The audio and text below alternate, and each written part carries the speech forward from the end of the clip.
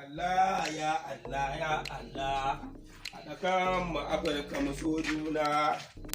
Allah ya. A'a. Mai gida ina magana kuma kana tafiya. To so kike in dawo zauna mu zama tare ki a rasa waye macen waye na. Ka sani ka kawo garogo za mu ta ci kullun garogo wallahi ba zan iya ba. Garin ne ba za ki ci ba. Ba zan iya ba wallahi. Garin da wasu ma neman sa suke a waje ba su samu ba, kin samu ba. Wallahi ba zai yi ba, kai ka fita waje ka cika cikin ka ni ka kawo min garogo. Ba za ki ci ba. Wallahi ba zan ci. Amma wannan rana nake neman Allah ya nuna mu. Akwai wata hajiya a nan baya, tun baya ba take min magana aure. Saboda ke ne na rabu da ita, amma yanzu in kin yadda sai in je mata magana mu koma gidanta da zama abincin ki har da nama ga gida mai bene da abin da ke so zaki yi yana idan kin yadda kawai magana zan je in mata. Hajiya kuma mai gida. Hajiya fa.